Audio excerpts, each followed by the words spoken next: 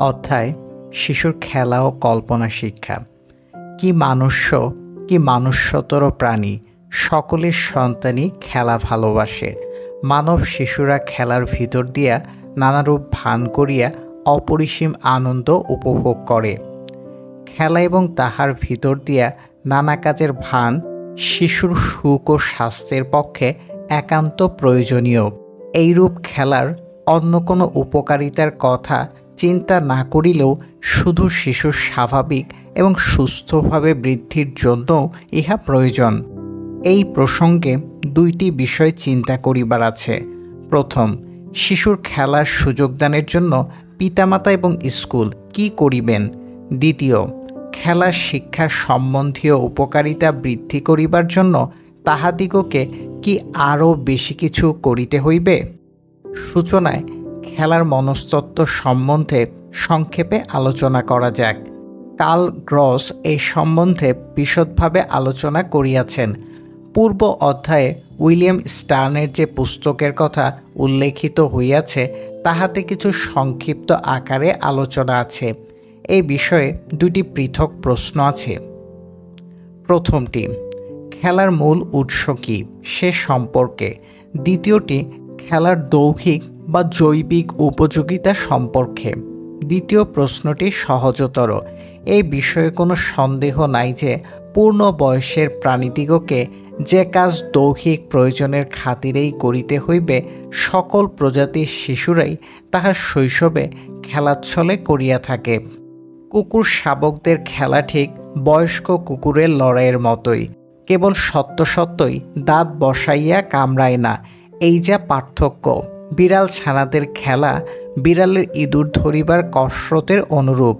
শিশুরা যাহা দেখে তাহা অনুকরণ করিতে ভালোবাসে, যেমন ইট, পাথর, কাঠের টুকরা প্রভৃতি দিয়া বাড়ি তৈয়ার করা কিংবা গর্ত খনন করা। যে কাজ তাহাদের কাছে বেশি আকর্ষণীয় তাহারা সে কাজই করিতে বেশি পছন্দ করে।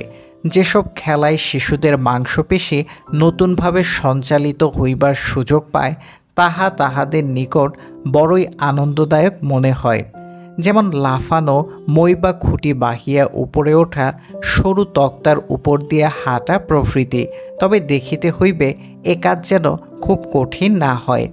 ইহা যদিও সাধারণভাবে শিশুর খেলার আবেগের ক্রীড়া, আবেগের উপযোগিতা প্রমাণ করে, খেলার জন্য তাহার যে স্বাভাবিক স্বতঃস্ফূর্ত কামনা থাকে তাহার সম্পূর্ণ প্রকাশ শুধু ইহার মধ্যেই সীমাবদ্ধ থাকে না। ইহার মধ্যে মনস্তাত্ত্বিক বিশ্লেষণও খুঁজিয়া পাওয়া যাইবে না। কতক বনশিক্ষক শিশুর খেলার ভিতর যৌন প্রতীকতা খুঁজিয়া বাহির করিতে চেষ্টা করিয়াছেন। ইহা যে সম্পূর্ণ অলীক সে সম্বন্ধে আমার কোনো সন্দেহ নাই। শৈশবে শিশুর কার্যকলাপের মধ্যে প্রবৃত্তিজাত যৌন আবেগ প্রধান নয়। বয়স্ক ব্যক্তিতে পরিণত হবার বাসনা, কিংবা আরও খাঁটিভাবে বলিলে বলা যায় যে শক্তি লাভের বাসনাই তখন থাকে প্রবল। বয়স্ক ব্যক্তির সঙ্গে তুলনায় শিশু তাহার দুর্বলতা বুঝিতে পারে। সে মনে মনে তাহাদের সমকক্ষ হওয়ার বাসনা পোষণ করে।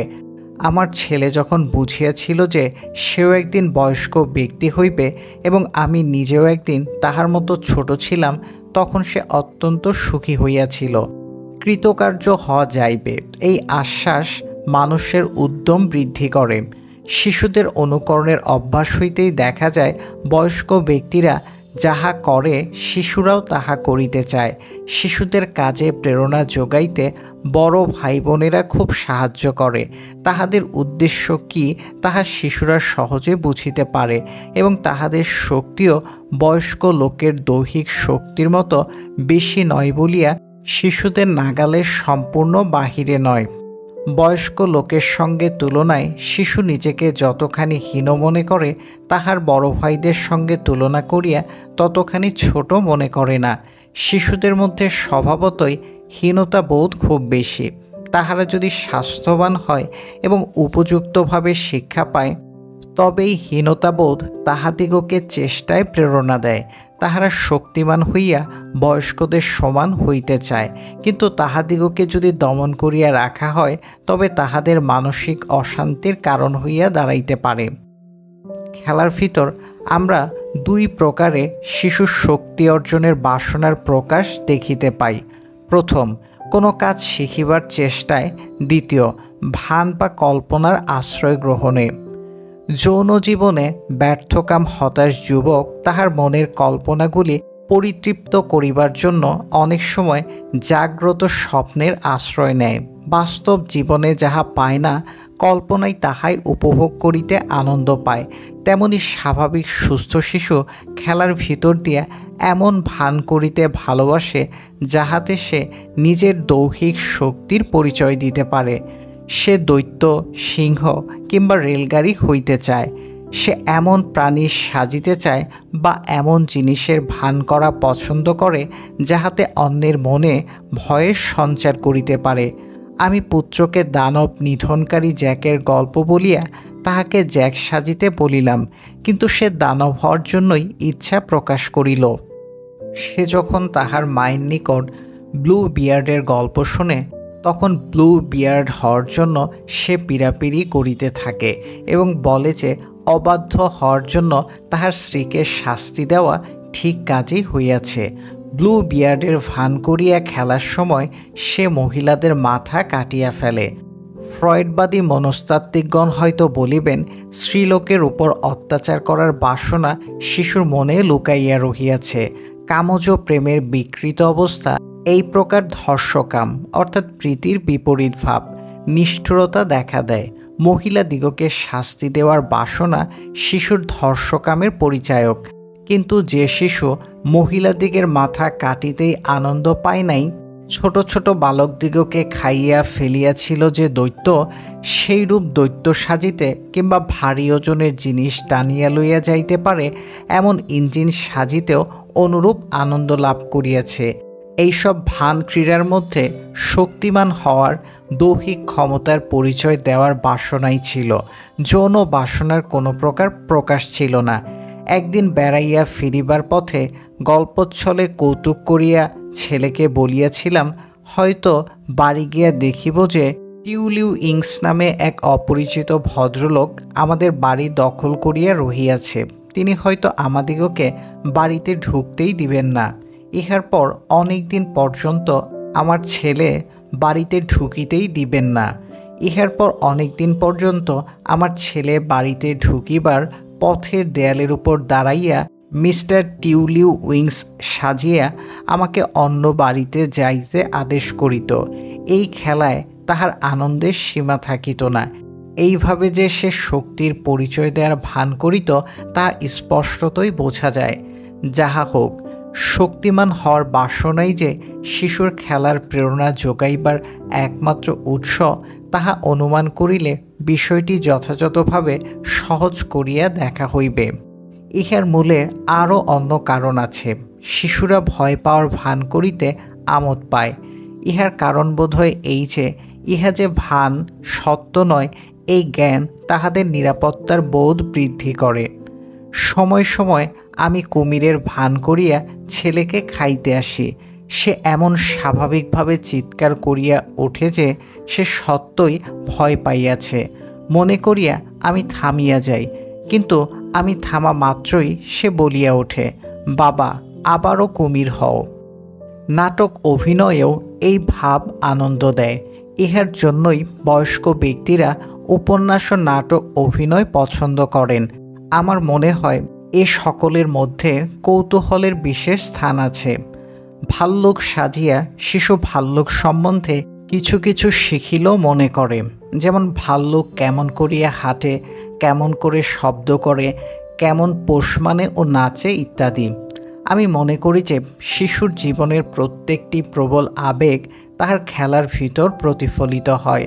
ক্ষমতা বা শক্তি যেরূপ প্রাধান্য লাভ করে, তাহার খেলার ভিতরেও সেই পরিমাণে তাহার প্রাধান্য প্রকাশ পায়। ক্ষমতার প্রতি যদি তাহার ঝোঁক বেশি থাকে, তবে খেলায় সে এরূপ ভানি ভালোবাসিবে যাহাতে সে নিজেকে শক্তিশালী বলিয়া মনে করিতে পারে। এভাবেই তাহার বাসনা কতকটা তৃপ্তি লাভ করে। খেলার শিক্ষামূল্য কী? শিশুর শিক্ষাদান ব্যাপারে খেলা কতখানি সাহায্য করে সে বিষয়ে আলোচনা করিলে সকলেই স্বীকার করিবেন যে যে খেলার ভিতর দিয়া শিশু নতুন প্রবণতা ও কৌশল আয়ত্ত করে তাহা উপকারী ও প্রশংসনীয়, কিন্তু আধুনিককালের অনেকে ভান বা গল্প অবলম্বনে শিশু যে খেলা করে তাহার শিক্ষামূল্য সম্বন্ধে সন্দেহ প্রকাশ করেন।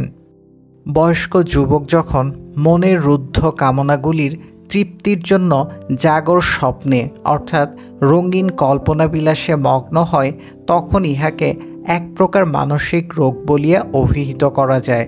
মনের বাসনাকে কার্যে রূপান্তরিত করার পরিবর্তে জাগর স্বপ্নবিলাসী নিষ্ক্রিয় হইয়া বসিয়া থাকিয়া কল্পনায় বাসনায় সার্থকতা আস্বাদ করিতে চায়।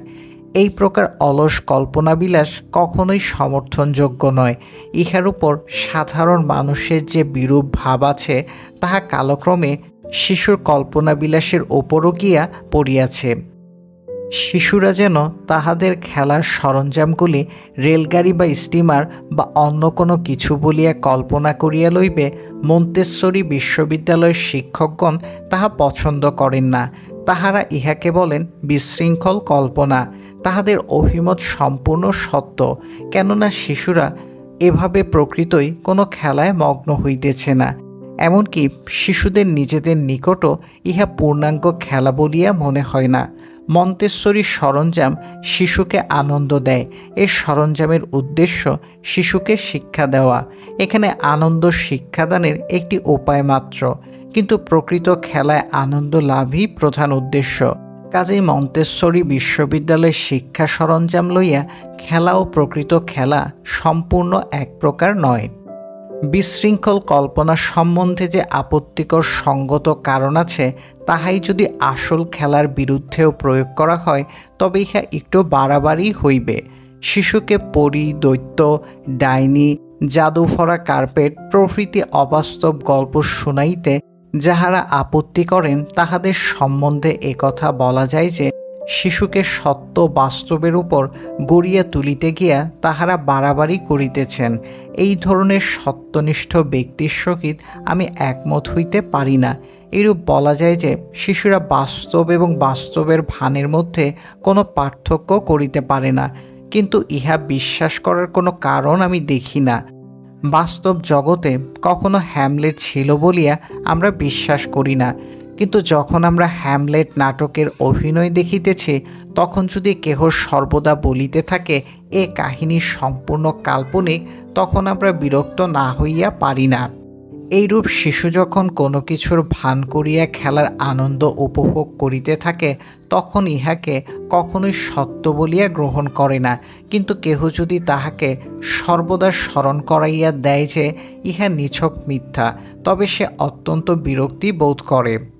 সত্য এবং কল্পনা উভয়ই প্রয়োজনীয়, কিন্তু জাতির ইতিহাসে যেমন ব্যক্তির জীবনেও তেমনই। কল্পনার স্ফুরণই হয় প্রথমে। যতদিন শিশুর স্বাস্থ্য সবল এবং স্বাভাবিক থাকে ততদিন সে বাস্তব সত্য অপেক্ষা খেলাতেই বেশি আনন্দ পায়। খেলার সময় সে যেন রাজা। বাস্তবিক সে নিজের কল্পনা রাজ্যে জাগতিক রাজা অপেক্ষা বেশি ক্ষমতা প্রয়োগ করিয়া রাজত্ব করিয়া থাকে। বাস্তবে তাহাকে নির্দিষ্ট সময়ে শুনতে হয় কত রকম আদেশ হুকুম পালন করিতে হয়, উপদেশ অনুসারে কাজ করিতে হয়।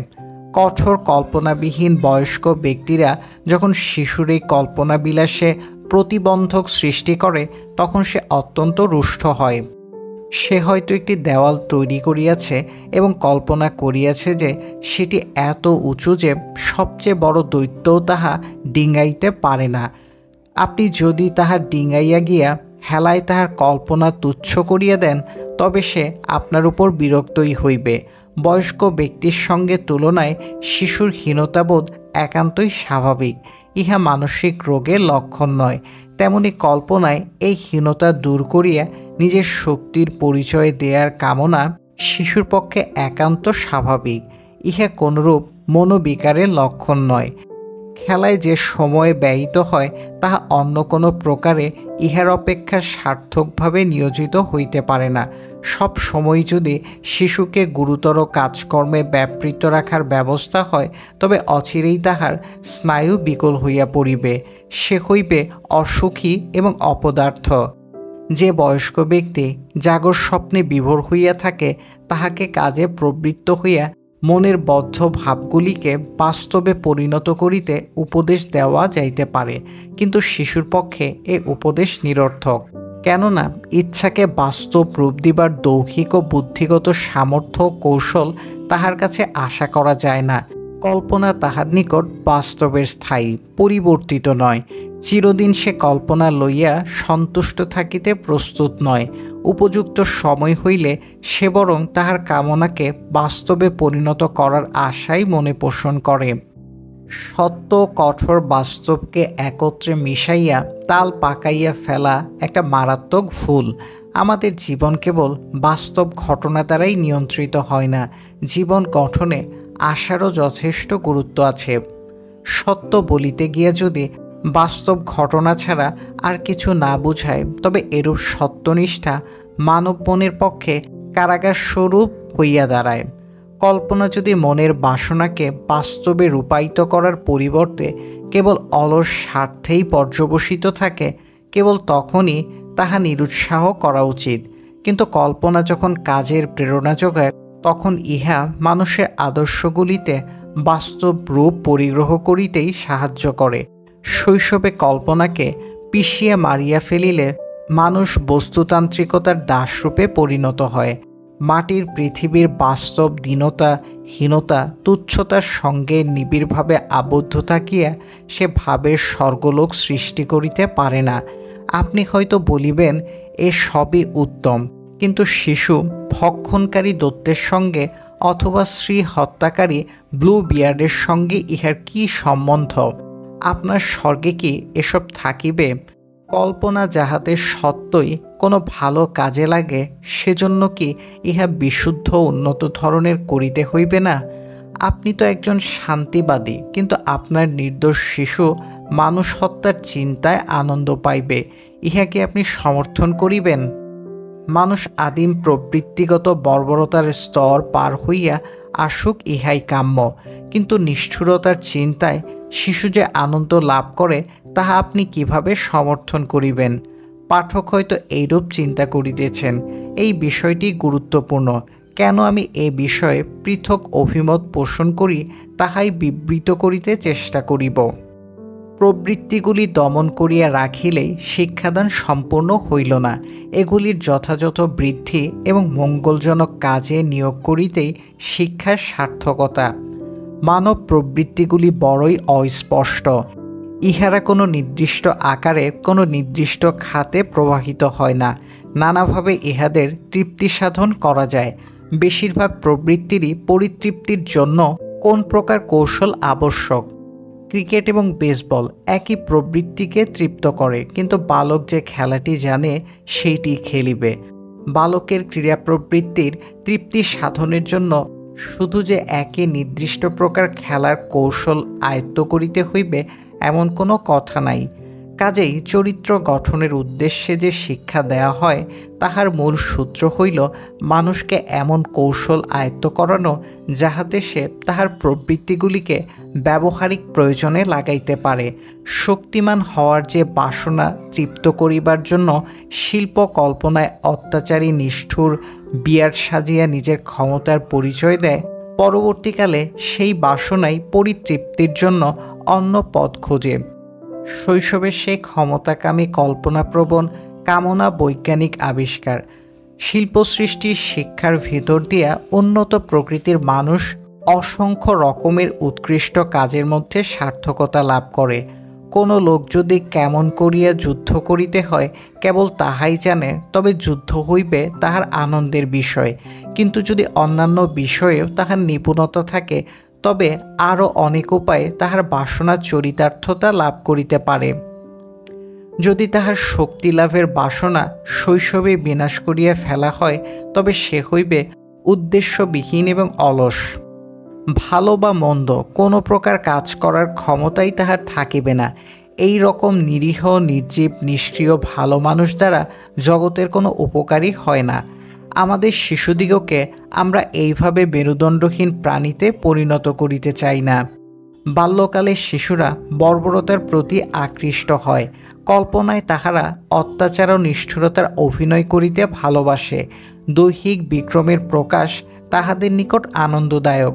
শিশুর ক্রমবিকাশের পক্ষে এরূপ আচরণ তাহার জৈবিক প্রয়োজন বলিয়া গণ্য হয়। ক্রমবিবর্তনের ফলে আদিম হিংস্র বর্বর মানব বর্তমানে সভ্য মানবে রূপান্তরিত হইয়াছে। বয়স্ক সভ্য মানুষ তাহার আদিম পূর্বপুরুষের আচরণ অনুসরণ করে না, করিলে সভ্য সমাজ গড়িয়া উঠিতে পারিত না। পৃথিবী নবরূপী হিংস্র পশুর আবাসে পরিণত হইত।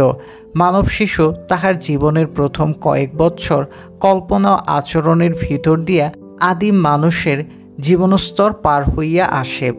এই সময় তাহারা থাকে ছোট, তাহাদের ক্ষতি করার সামর্থ্য থাকে কম। কাজেই বর্বর আদি মানবের অভিনয় করিলেও তাহারা সমাজের কোনো অপকার করিতে পারে না। তাহাদের প্রবৃত্তি চরিতার্থ করিবার জন্য উন্নততর কোনো কৌশল আয়ত্ত করিতে পারিলে তাহারা বর্বরের স্তরে থাকিয়া যাইবে না। অতএব বাল্যে যেরূপ কল্পনায় তাহারা আনন্দ অনুভব করে, পরবর্তীকালেও যে তাহারা সেই কল্পনাকে বাস্তবে রূপ দিতে চাইবে এমন আশঙ্কার কোনো কারণ নাই। বাল্যকালে ডিগবাজি খাইতে আমি খুব আনন্দ বোধ করিতাম।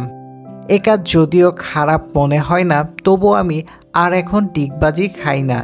সেইরূপ যে শিশু এখন ব্লুবিয়ার সাজিতে ভালোবাসে, পরে রুচির পরিবর্তন ঘটিলে সে অন্য উপায়ে তাহার কামনা তৃপ্ত করিবে।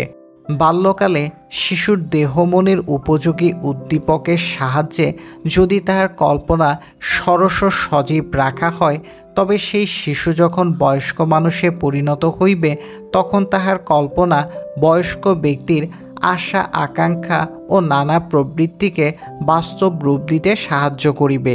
শৈশবে শিশুর মনে নৈতিক ভাব বা আদর্শ প্রবেশ করিবার চেষ্টা করা বৃথা। ইহাতে তাহাদের কোনো সাড়া পাওয়া যাইবে না। ওই বয়সে তাহাদের আচরণ নিয়ন্ত্রণের জন্য এইরূপ নৈতিক উপদেশের কোনো প্রয়োজন নাই। এইরূপ করিলে শিশুর মনে আসিবে অবসাদ, এবং ফল হইবে যে বয়সে শিশু এই ভাব গ্রহণে সক্ষম হইত তখনও সে উহা গ্রহণ করিতে বিন্দুমাত্র আগ্রহ দেখাইবে না। অপবৃষ্য শিলায় জল জমিলে তাহা যেমন চুয়াইয়া নিচে নামে না, শিশুর মনেও তেমনি নৈতিক ভাব গ্রহণের বিরুদ্ধে একটি শক্ত স্তর গঠিত হইবে। ভিন্ন ভিন্ন বয়সে শিশুর মনে গতি প্রকৃতি কেমন থাকে তাহা প্রত্যেক পিতামাতা এবং শিক্ষকের জানা দরকার। এজন্যই শিশু মনস্তত্ত্ব শিক্ষাক্ষেত্রে গুরুত্বপূর্ণ এবং প্রয়োজনীয় বলিয়া গণ্য করা হয়। শৈশবের খেলার সঙ্গে পরবর্তীকালের খেলার পার্থক্য এই যে, বয়োবৃদ্ধির সঙ্গে সঙ্গে খেলাও ক্রমে বেশি প্রতিযোগিতামূলক হইয়া ওঠে। প্রথমে শিশু একা একা নির্জনে খেলিতে ভালোবাসে। বড় ভাই বোনের সঙ্গে মিলিয়া খেলিবার সামর্থ্য তখন তাহার থাকে না, কিন্তু সে যখন অন্যের সঙ্গে একত্রে খেলিতে আনন্দ পায় তখন একাকী খেলা আর তাহার নিকট পছন্দ হয় না। ইংরেজ অভিজাত সম্প্রদায় স্কুলের খেলাধুলার উপর অতিরিক্ত গুরুত্ব আরোপ করিয়াছে। যদিও খেলার কতগুলি উপকারিতা আছে, তবুও আমার মনে হয় ইংরেজরা ক্রিয়াকৌশলকে যেরূপ প্রাধান্য দিয়াছে তাহাতে যেন কিঞ্চিত আতিশয্য ঘটিয়াছে। খেলাধুলায় যদি চরম উৎকর্ষের দিকে ঝোঁক দেয়া না হয় তবে ইহা স্বাস্থ্যের পক্ষে উপকারী সন্দেহ নাই। যদি খেলায় নিপুণতা প্রদর্শনী উদ্দেশ্য হয় তবে শ্রেষ্ঠ খেলোয়াড়গণ বাড়াবাড়ি করে এবং অপর সকলে দর্শকে পরিণত হয়। যাহারা ভালো খেলা জানে তাহারা আরও উৎকর্ষ লাভ করিবার জন্য অতিরিক্ত পরিশ্রম করে। সাধারণ খেলোয়াড়গণ প্রতিযোগিতা হইতে দূরে সরিয়া শুধু অপরের ক্রীড়াকৌশল দেখে, তাহাদের নিজেদের স্বাস্থ্যচর্চা আশানুরূপ হয় না। খেলার একটি গুণ এই যে ইহা বালক বালিকাদিগকে হইচই না করিয়া আঘাত সহ্য করিতে এবং প্রফুল্ল চিত্তে কঠোর পরিশ্রম করিতে শিক্ষা দেয়। খেলার অন্যান্য উপকারিতা সম্বন্ধে যাহা বলা হয় তাহার বেশিরভাগই আমার কাছে কাল্পনিক বলিয়া মনে হয়। বলা হয় যে খেলা সহযোগিতা শিক্ষা দেয়, কিন্তু প্রকৃতপক্ষে বালক বালিকা ইহা প্রতিযোগিতার আকারেই শিক্ষা করে। এই ধরনের প্রতিযোগিতা শিল্পে যে যথাযথ রূপ সামাজিক সম্পর্কের ক্ষেত্রে প্রয়োজনীয় নয়, ইহার প্রয়োজন যুদ্ধে। বিজ্ঞানের কল্যাণে অর্থনীতিতে এবং আন্তর্জাতিক রাজনীতি ক্ষেত্রে সহযোগিতা প্রতিযোগিতার স্থান গ্রহণ করিতে সক্ষম হইয়াছে। বিজ্ঞানের কল্যাণেই প্রতিযোগিতা পূর্বের অপেক্ষা অনেক বেশি মারাত্মক আকার ধারণ করিয়াছে। সেজন্য যে প্রতিযোগিতামূলক কার্যকলাপে মানুষে মানুষের সংঘাত বাধে, যাহাতে একদল মানুষ হয় জয়ী, অপর দল হয় পরাজিত, তাহার পরিবর্তে এমন সহযোগিতামূলক কর্মপ্রচেষ্টায় উৎসাহ দেওয়া উচিত যাহাতে সেখানে বহির প্রকৃতিকে শত্রু বলিয়া গণ্য করিয়া মানুষ তাহার উপর আধিপত্য লাভ করিতে পারে। মানুষে মানুষে দ্বন্দ্ব প্রতিযোগিতা না করিয়া পরস্পরের সহযোগিতায় মানুষ প্রকৃতিকে জয় করিতে যত্নবান হোক, ইহাই কাম্য। এই বিষয়ের উপর আর বেশি গুরুত্ব দিতে চাই না, কেননা প্রতিযোগিতার মনোভাব মানুষের পক্ষে স্বাভাবিক এবং ইহা প্রকাশের কোনো পথও থাকা দরকার।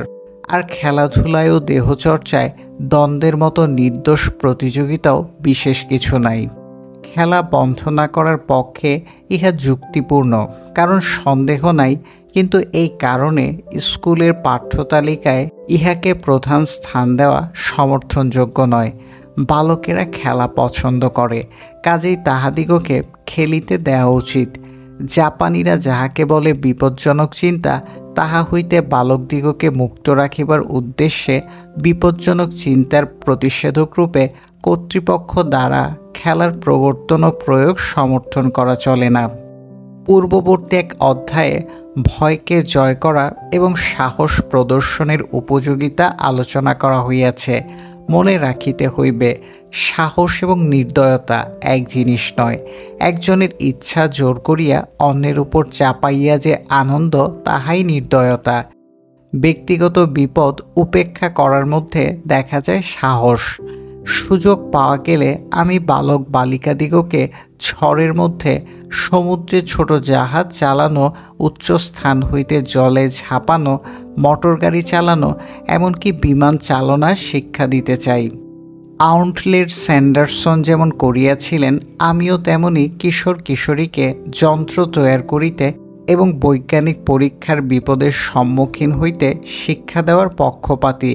যতদূর সম্ভব খেলাধুলায় জড় প্রকৃতিকে আমি মানুষের প্রতিপক্ষরূপে বিবেচনা করিতে চাই। জড় প্রকৃতির সহিত দ্বন্দ্বেও বালকের ক্ষমতা লাভের বাসনা পরিতৃপ্ত হইবে, যেমন হয় অপর মানুষের সহিত প্রতিদ্বন্দ্বিতায়। এই উপায়ে যে কৌশল অধিগত হয়, তাহা ফুটবল বা ক্রিকেট খেলার কৌশল অপেক্ষা বেশি প্রয়োজনীয়, এবং যে চরিত্র গঠিত হয় তাহা সামাজিক নীতির সহিত বেশি সামঞ্জস্যপূর্ণ। নৈতিক গুণগুলি ছাড়াও দেহচর্চার উপর অতিরিক্ত ঝোঁক দেওয়ার ফলে বুদ্ধিবৃত্তি ম্লান হইয়া পড়ে। মূর্খতা হেতু এবং কর্তৃপক্ষ বুদ্ধির বেশি মূল্য দেন না, কিংবা ইহা বিকাশের উপর গুরুত্ব দেন না। এই জন্য গ্রেট ব্রিটেন শিল্পজগতে তাহার অধিকার হারাইতেছে, হয়তো সাম্রাজ্যও হারাইবে। এই সবই খেলাধুলার উপকারিতা এবং প্রয়োজনীয়তার সম্বন্ধে অতিরিক্ত গোড়া বিশ্বাসের ফল। ইহার আরও গভীরতর দিক আছে। বর্তমানের জটিল সমস্যা সংকুল জগৎকে বুঝিতে হইলে জ্ঞান এবং চিন্তার বিশেষ প্রয়োজন, কিন্তু খেলাধুলার যোগ্যতাই কোনো যুবকের গুণপনার একমাত্র মাপকাঠি। এই বিশ্বাস যেখানে প্রবল, সেখানে বুঝিতে হইবে যে বর্তমান জগতের মানুষের কোন কোন গুণ বেশি দরকারি, তাহা আমরা উপলব্ধি করিতে পারি নাই। এই বিষয়টি পরে বিস্তারিতভাবে আলোচিত হইবে। স্কুলের খেলাধুলার আরও একটি দিক আছে। সাধারণত এটি ভালো বলিয়াই বিবেচিত হয়, কিন্তু আমার মতে ইহার ফল মোটের উপর ভালো নয়। খেলার ভিতর দিয়া সংঘপ্রীতি বা দলের প্রতি শ্রদ্ধা বৃদ্ধি করার কথাই এখানে বলিতেছি। কর্তৃপক্ষ এই সংঘপ্রীতি পছন্দ করেন, কেননা ইহার সাহায্যে খারাপ উদ্দেশ্যকেও তথাকথিত ভালো কাজে লাগানো যায়। ছাত্রদের কাজে উৎসাহ দিতে হইলে অন্য এক দলকে প্রতিযোগিতায় পরাভূত করার বাসনা জাগাইয়া তুলিলেই কাজ সহজ হয়। ইহার অসুবিধা হইল এই যে, যাহাতে প্রতিযোগিতা নাই সেইরূপ কাজে উদ্যম আসে না। আমাদের সকল কাজেই প্রতিযোগিতার মনোভাব কতদূর প্রসারিত হইয়াছে তা চিন্তা করিলে বিস্মিত হইতে হয়। আপনি যদি আপনার নিজের জেলার শিক্ষামঙ্গল সমিতির সেবাকার্য আরও ভালো করিতে চান, আপনাকে উল্লেখ করিতে হইবে যে পার্শ্ববর্তী জেলাগুলিতে শিশু মৃত্যুর হার অনেক কম। কোনো শিল্প উৎপাদনকারীকে যদি কোনো নতুন প্রকৃত পন্থা গ্রহণ করিতে বলেন, তবে আপনাকে অন্যের সঙ্গে প্রতিযোগিতায় ইহা দ্বারা কিরূপ সুবিধা হইবে তাহা দেখাইয়া দিতে হইবে। প্রতিযোগিতা ভিন্ন। কোনো নির্মাণ ক্ষমতার বা গঠন কৌশলের উন্নতির চেষ্টা হয় না অন্যের সঙ্গে প্রতিযোগিতার চিন্তা বাদ দিয়া লোকে কেবল উন্নতির জন্যই চেষ্টায় প্রবৃত্ত হয় না। আমাদের স্কুলের খেলাধুলার তুলনায় অর্থনৈতিক ব্যবস্থার সঙ্গেই ইহার বেশি সম্বন্ধ, কিন্তু বর্তমান স্কুলের অনুষ্ঠিত খেলাধুলার মধ্যে প্রতিযোগিতার ভাব বিদ্যমান রহিয়াছে। যদি প্রতিযোগিতার পরিবর্তে সহযোগিতার মনোভাব প্রবর্তন করিতে হয়, তবে স্কুলের খেলাধুলায় এর পরিবর্তন আবশ্যক হইবে। এই বিষয়ে বিশদ আলোচনা করিতে হইলে আমাদের নির্ধারিত বিষয়বস্তু ছাড়া অন্য বিষয়ের অবতারণা করিতে হয়। আমরা এখানে ভালো রাষ্ট্র গঠনের বিষয়ে আলোচনা করিতেছি না। বর্তমান রাষ্ট্র ব্যবস্থার ভিতরে ভালো নাগরিক সৃষ্টি করার উপায়ই এই পুস্তকের আলোচ্য বিষয়। নাগরিকের ব্যক্তিগত উন্নতি এবং সমাজের উন্নতি পাশাপাশি চলা উচিত, কিন্তু শিক্ষা প্রসঙ্গে লেখকের নিকট ব্যক্তি ও তাহার যথোপযুক্ত বিকাশ সাধনই প্রধান।